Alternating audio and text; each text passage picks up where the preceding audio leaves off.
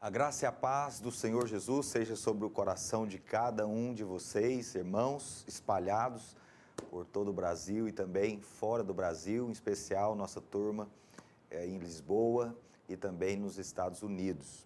Eu sou o pastor Gustavo Henrique, sou um dos pastores de governo aqui de Goiânia, estou à frente do prédio da videira Recanto do Bosque, na região noroeste de Goiânia. Uma região, é uma das maiores regiões aqui em Goiânia, tem em torno de 400 mil habitantes, e o Senhor nos estabeleceu ali para edificarmos uma igreja prevalecente. Eu estou aqui com muita alegria, me sentindo muito honrado por ter essa oportunidade. Hoje nós vamos começar uma nova matéria chamada Epístolas Gerais.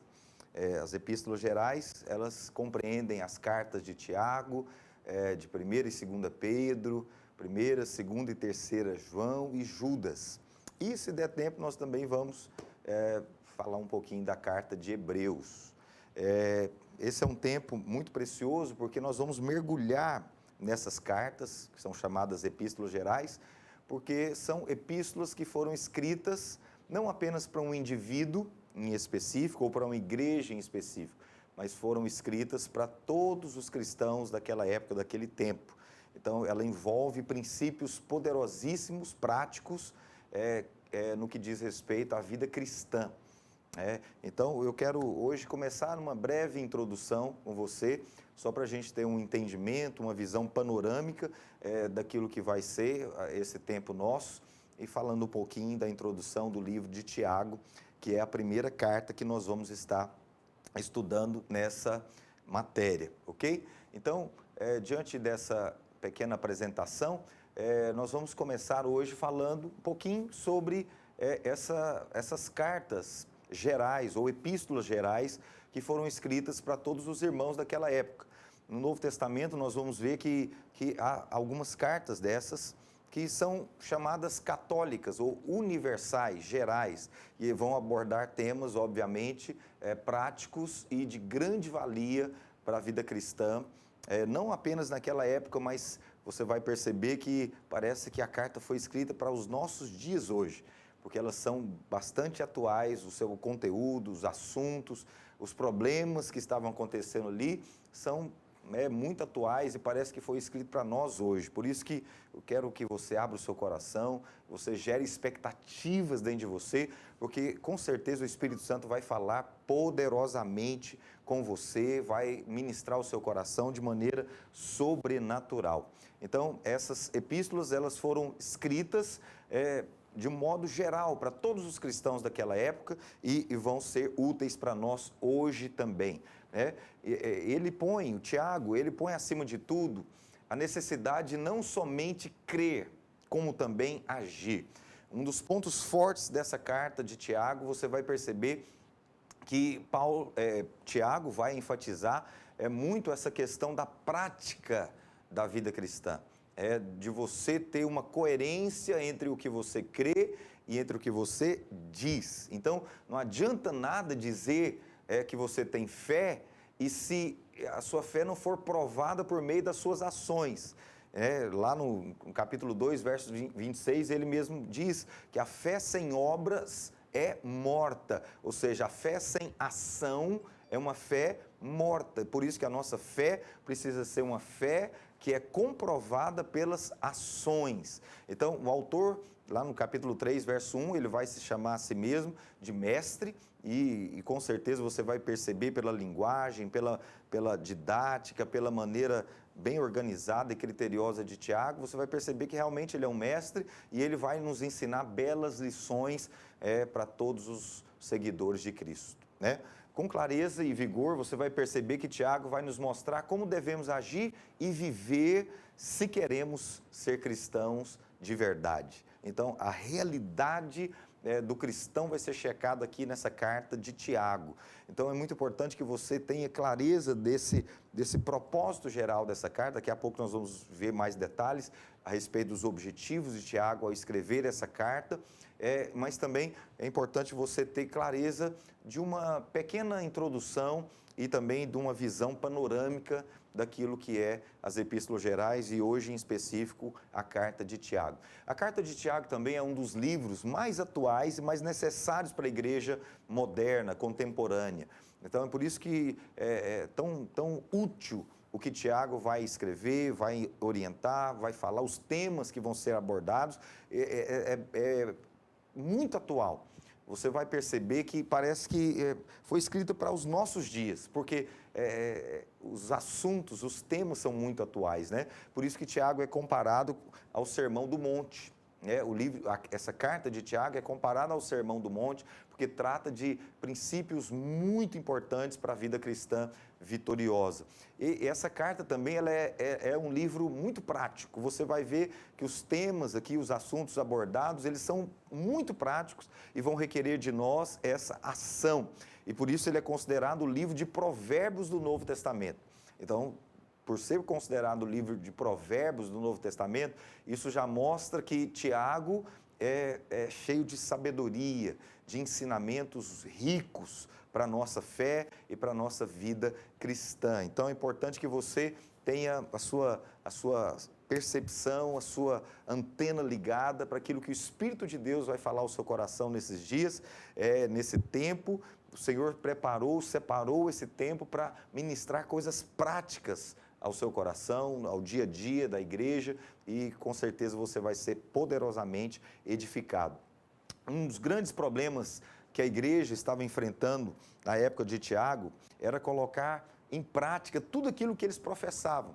Ou seja, uma coisa é eu crer, eu professar uma fé.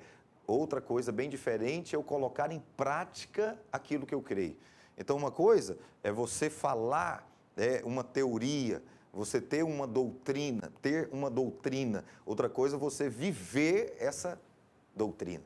É você colocar em prática essa fé, essa doutrina que você professa. Por isso que o maior desafio que você vai perceber aqui na carta de Tiago é essa associação, essa coerência do que eu creio com o que eu faço. Então, a vida estava divorciada da teologia ali na época de Tiago. E por isso que Tiago, então, escreve essa carta para ser um direcionamento, um prumo, colocar um prumo diante ali dos conflitos que os irmãos estavam vivendo. Qual que é o esquema do conteúdo de Tiago? Então, vamos ver aqui, primeiro, obviamente, tem uma introdução, o capítulo 1, verso 1, depois, no capítulo 1 ainda, verso 2 ao verso 8, ele vai falar sobre fé e sabedoria, que é algo muito fundamental e importante para a base da nossa vida cristã. Depois ele vai falar sobre pobreza e riqueza, do verso 9 ao 11.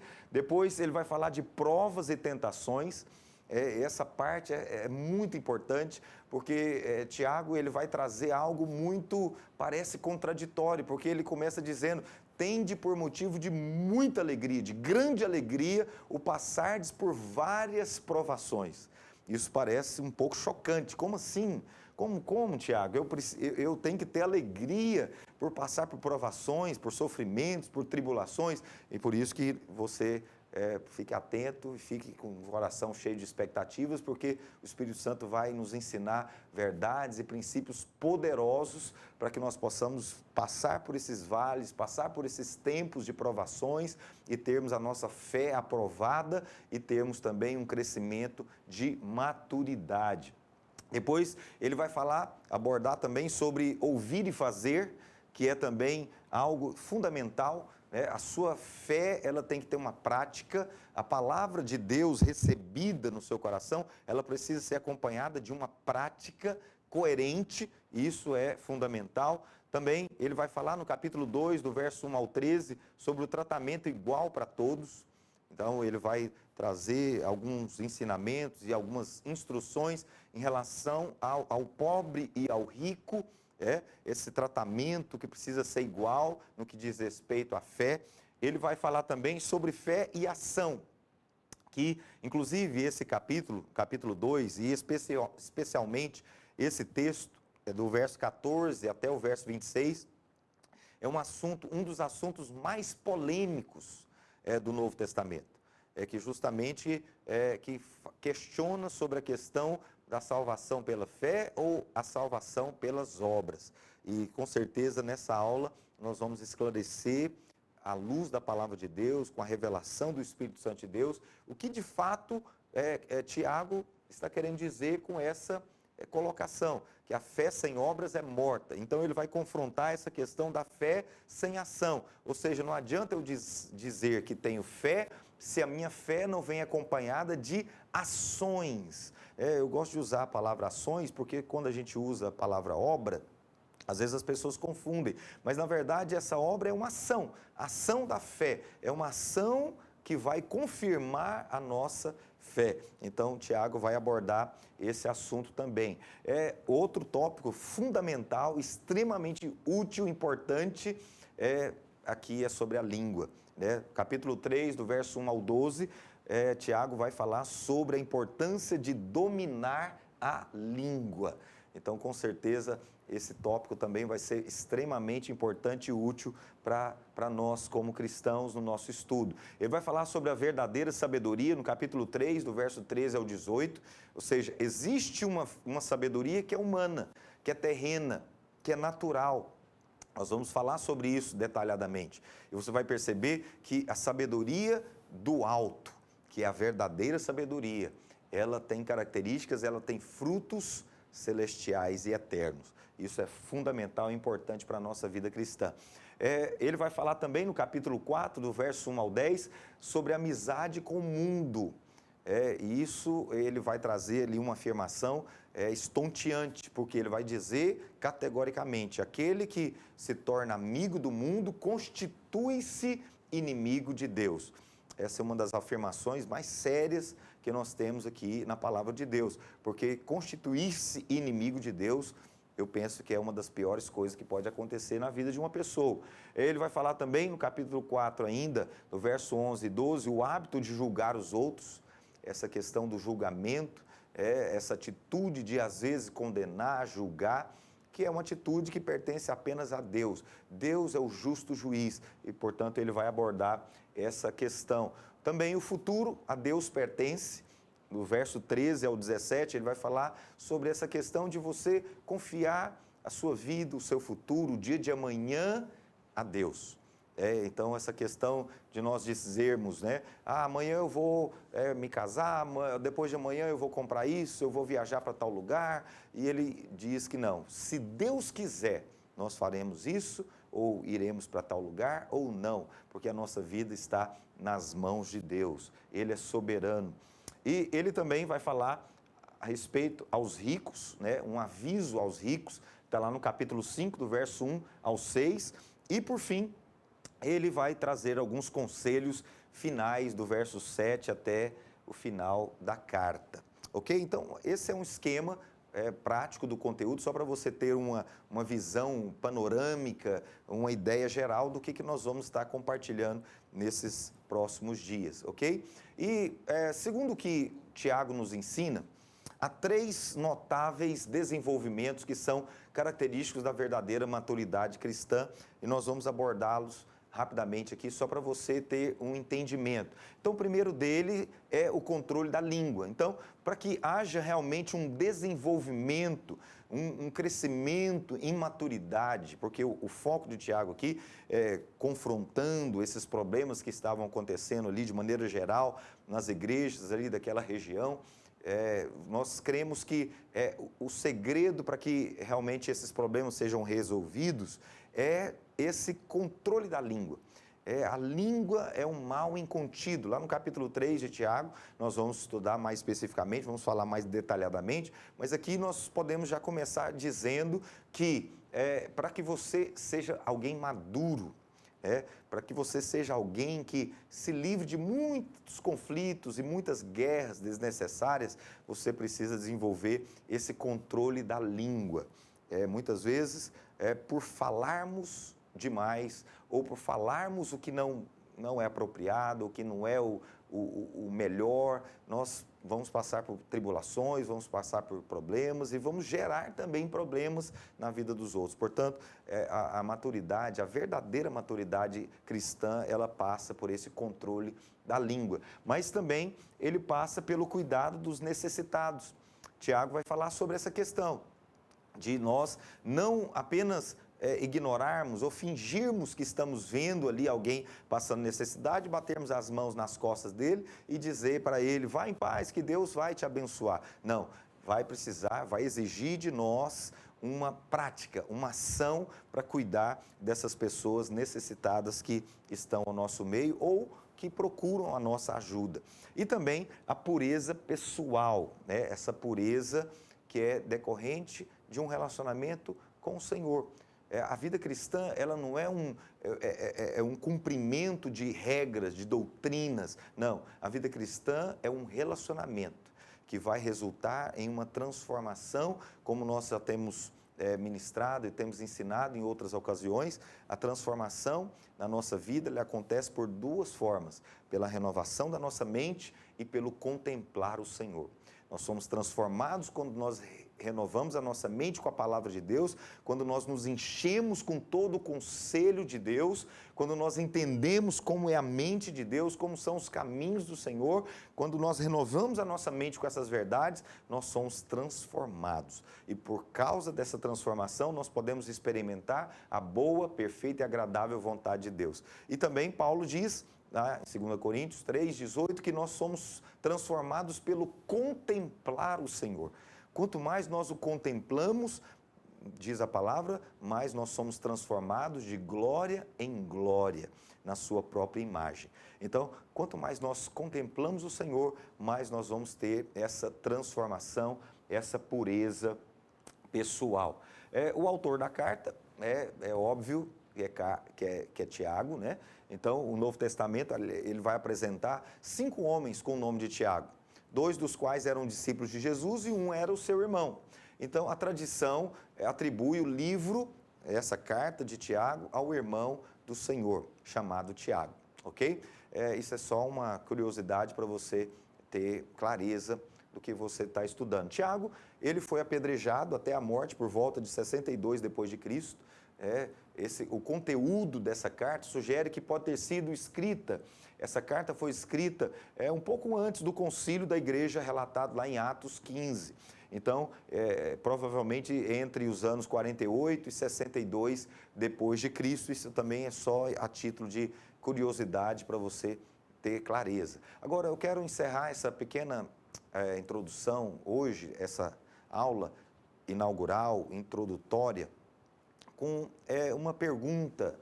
Por que Tiago escreveu essa carta?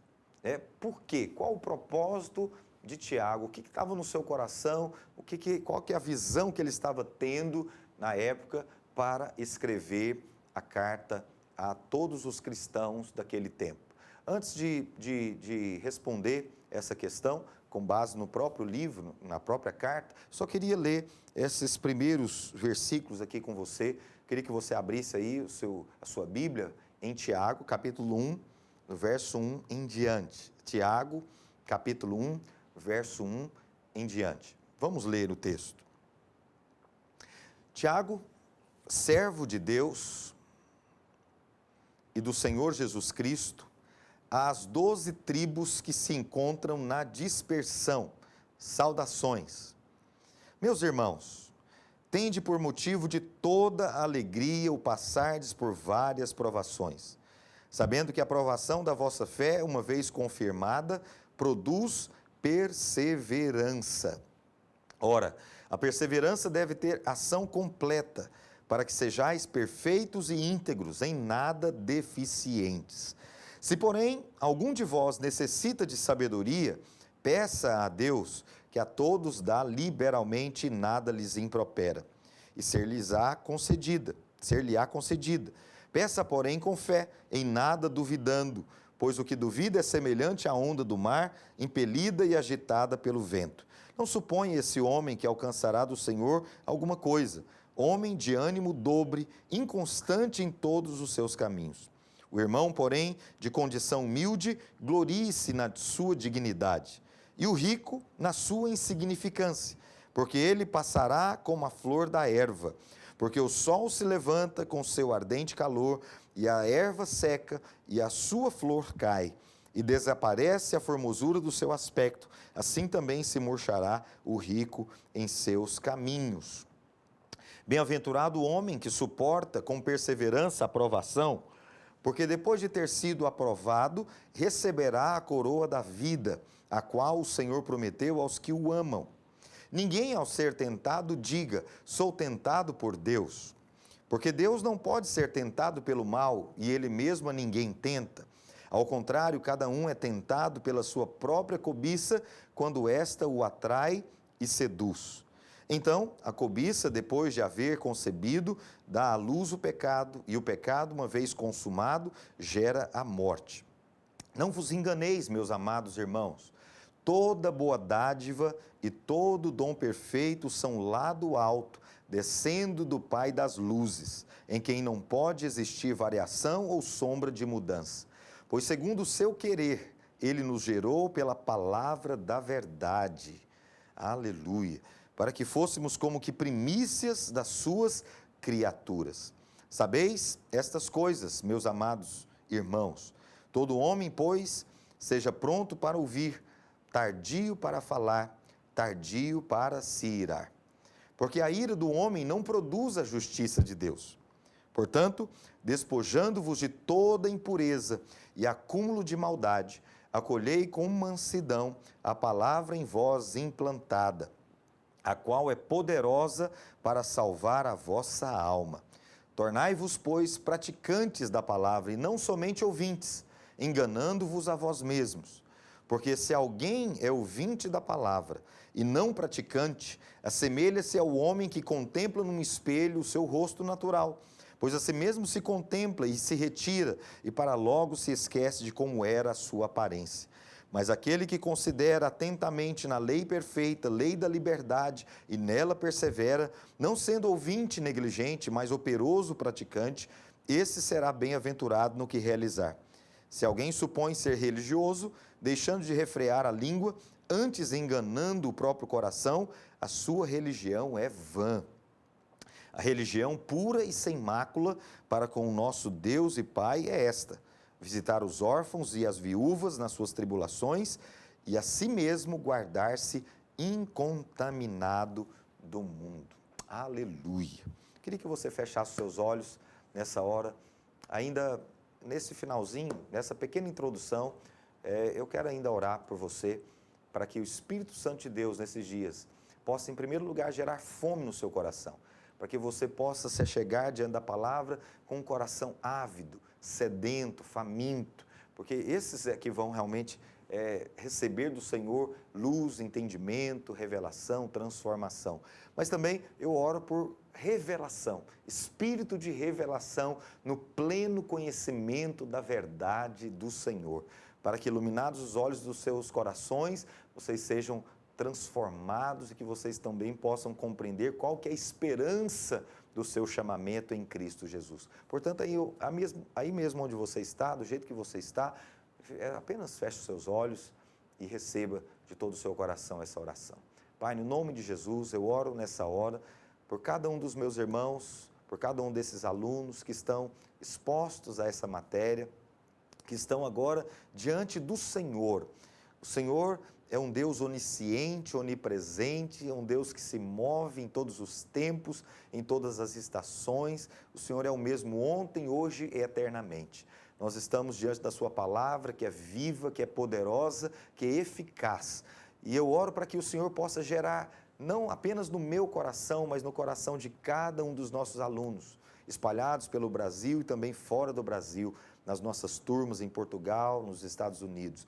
Eu oro para que haja fome, sede. Eu oro para que o Senhor possa gerar um forte desejo no coração de cada um deles, a cada dia, a cada aula, a cada ministração, que eles sintam fome pela Tua palavra, que eles possam se alimentar dela diariamente, meditar nela de dia e de noite, para que eles possam prosperar em todos os seus caminhos. E eu oro também por espírito de revelação, no pleno conhecimento do Senhor. Eu oro para que os seus olhos espirituais sejam iluminados, a fim de que eles possam compreender qual que é a esperança do seu chamamento, para que eles possam viver de modo digno do Senhor, para o seu inteiro agrado. Essa é a minha oração, em o nome do Senhor Jesus. Se você crer, diga amém.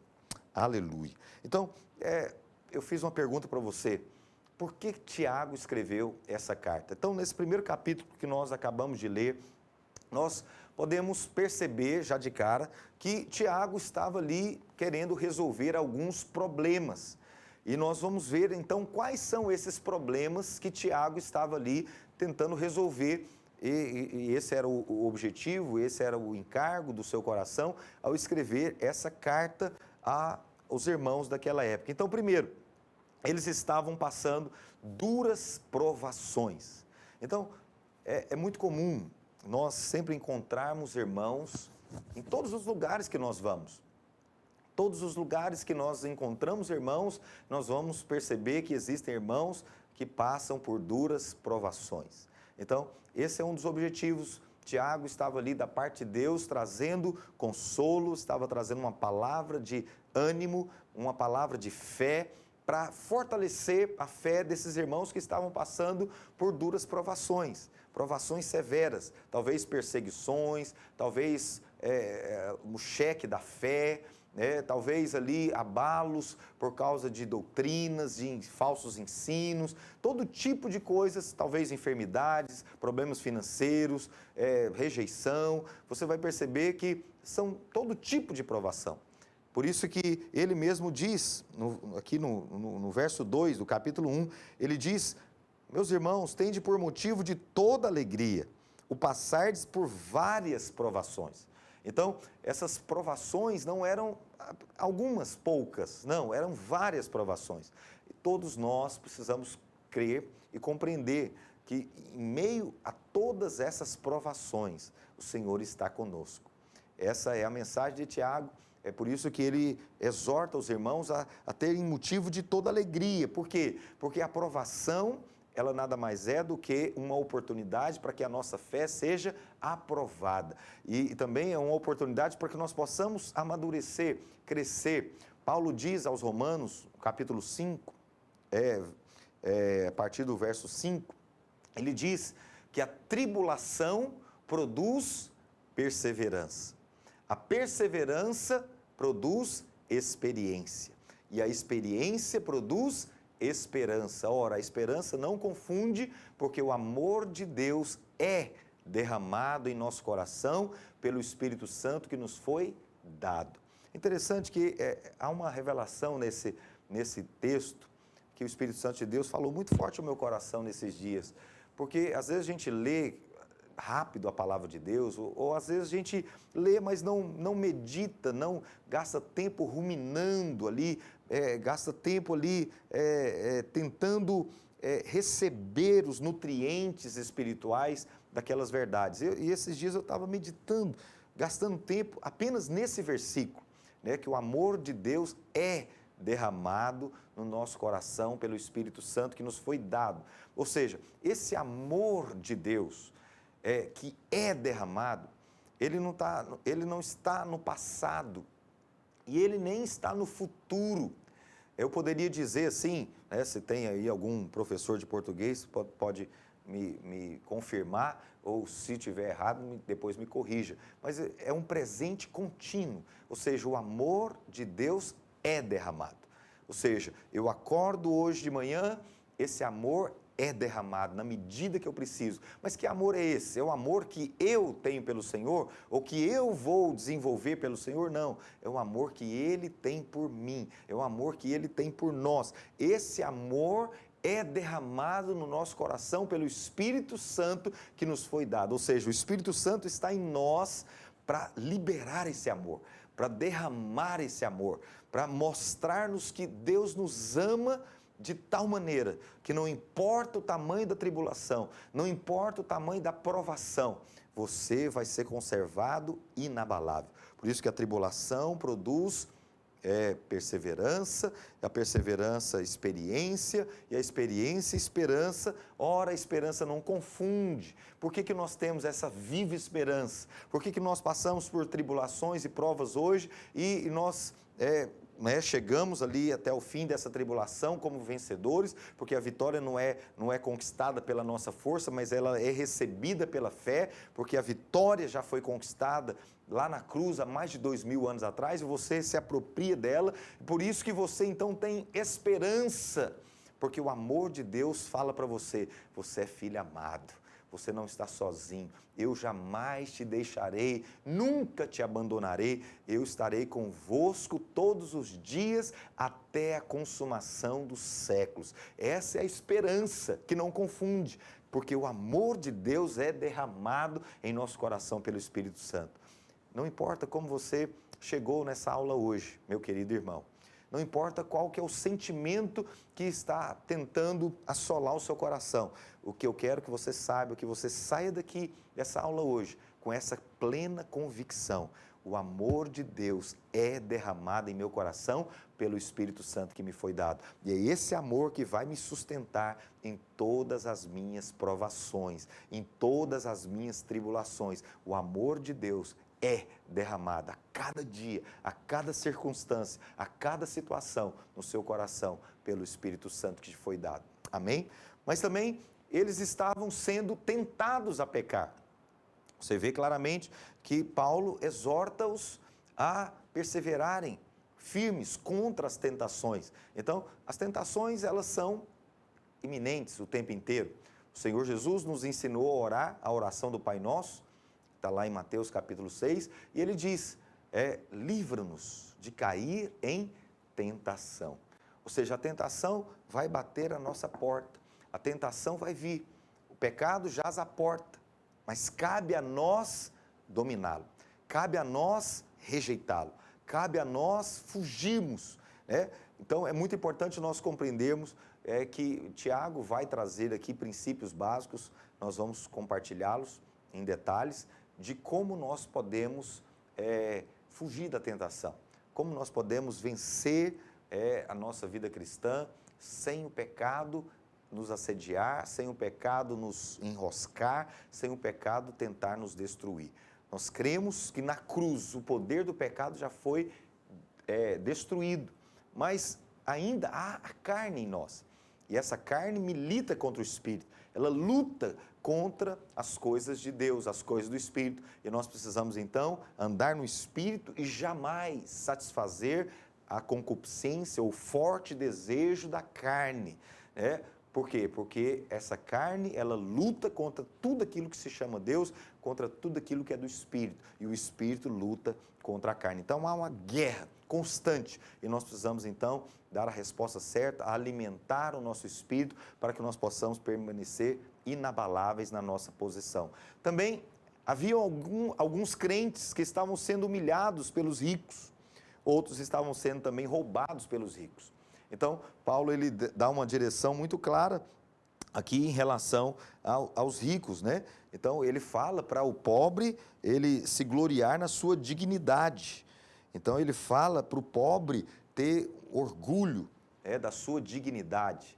Mas ele fala também para o rico e fala a respeito da sua insignificância, que ele vai mostrar claramente que as riquezas, elas não produzem piedade, as riquezas não têm utilidade naquilo que você como cristão vai fazer para Deus.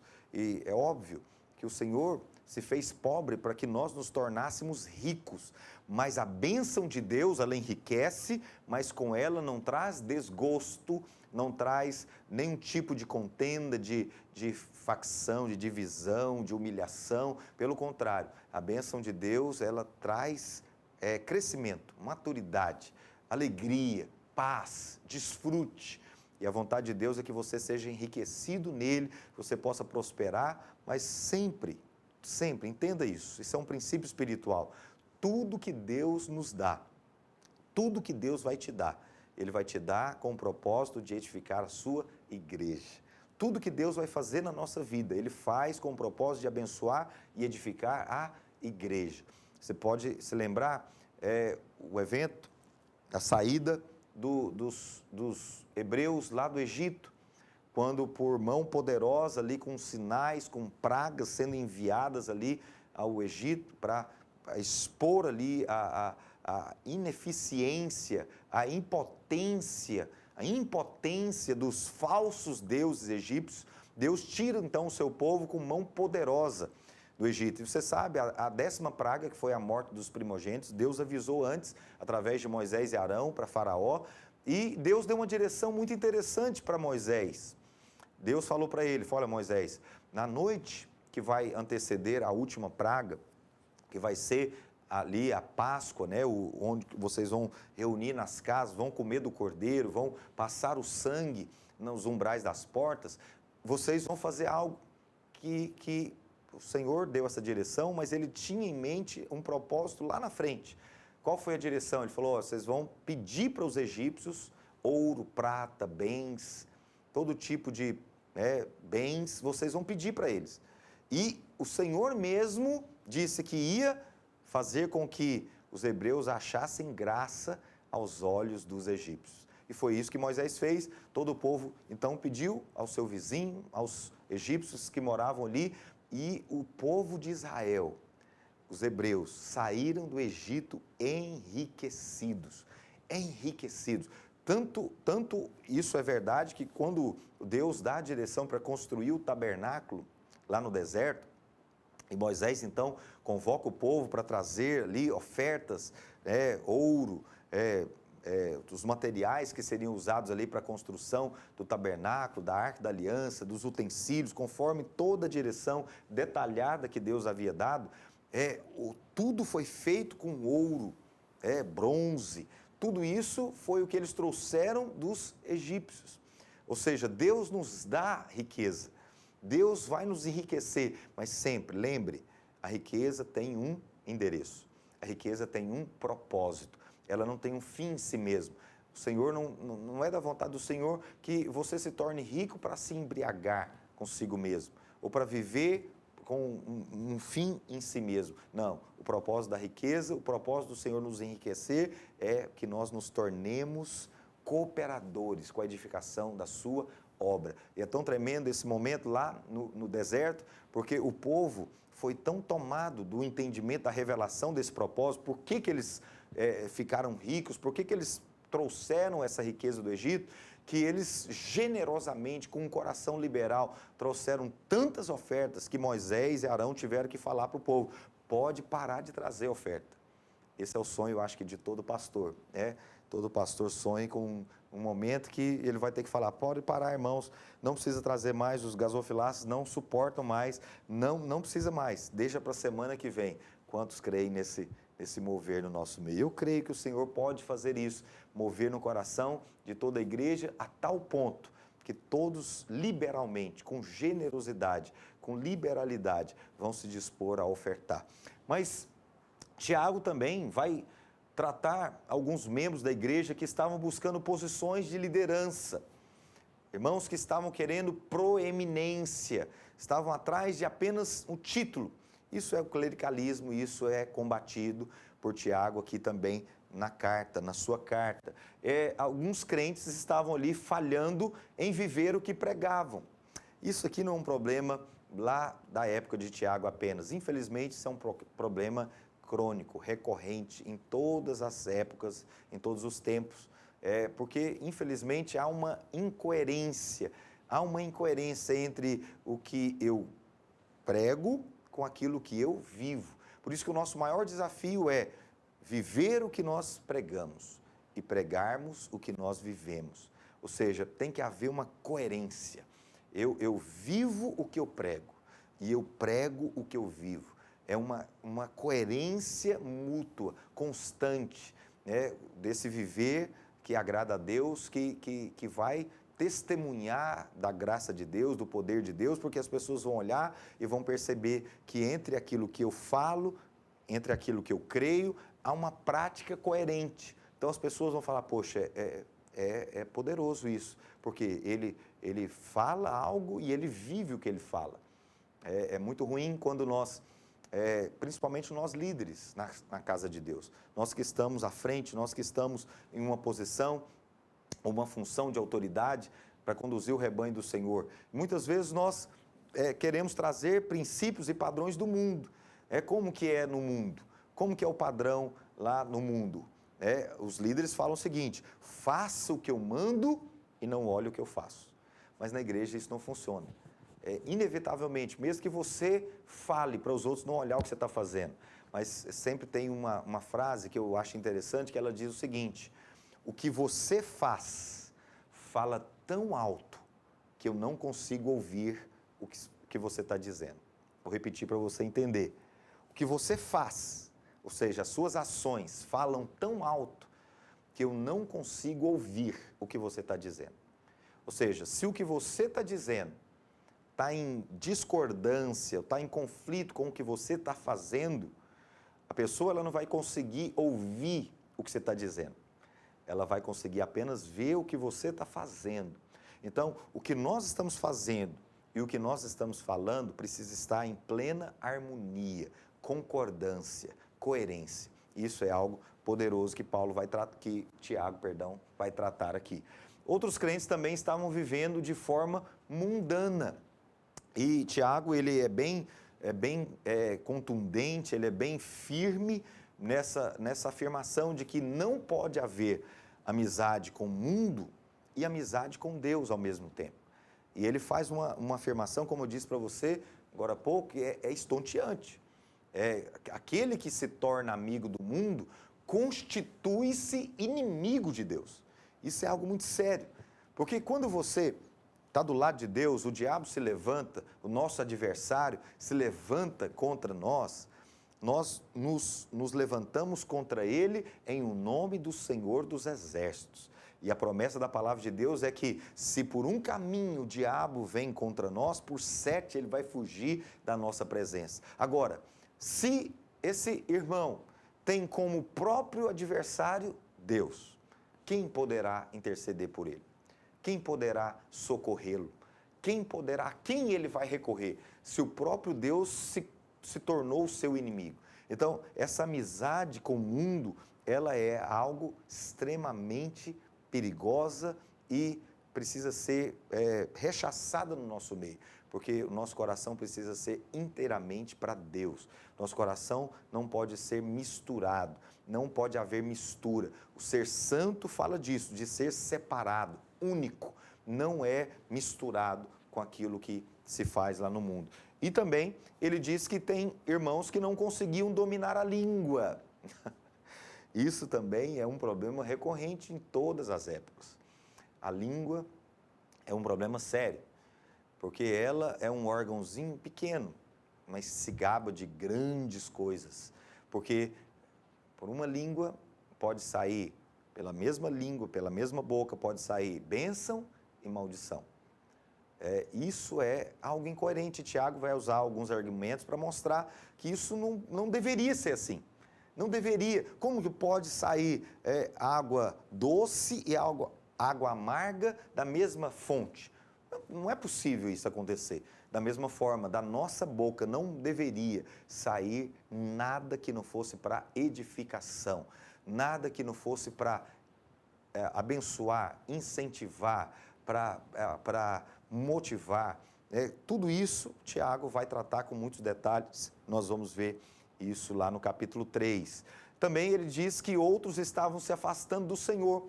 Havia ali uma apostasia, um abandono da fé, um afastamento da vida cristã, e com certeza ali por vários motivos nós também vamos entrar em detalhes a respeito dessas razões. E por fim, havia crentes que estavam vivendo em guerra uns com os outros. É um tipo também de problema que era recorrente desde a igreja primitiva. Paulo, na sua carta aos Coríntios, Paulo teve que falar com os coríntios, né? Os irmãos da igreja de Corinto, porque eles também estavam ali em demandas uns com os outros, estavam levando irmãos nos tribunais, estavam ali com dissensão, com facção. Eu sou de Paulo, eu sou de Apolo, eu sou de Pedro, outros, eu sou de Cristo. Haviam partidos, partidarismo, e Paulo, ele exorta os irmãos ali, na carta aos Coríntios, para falarem a mesma coisa, serem unidos de alma. E Tiago também vai tratar com essa questão dessa guerra uns com os outros. Nós precisamos crer no que a palavra de Deus diz. lá no Salmo 133. Ó, quão bom e agradável é que os irmãos vivam em união, em unidade, porque ali o Senhor ordena a sua bênção e a vida para sempre. Ou seja, onde há unidade, a bênção de Deus sendo liberada. E por isso, essa é uma pequena introdução para nós, então, termos uma visão panorâmica e termos apenas um vislumbre daquilo que vai ser o estudo das epístolas gerais.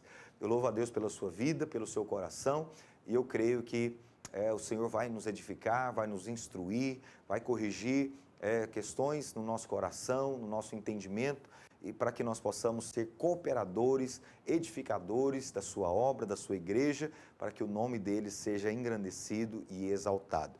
Eu louvo a Deus pela sua vida e eu quero te abençoar em nome do Senhor Jesus. Fique na paz.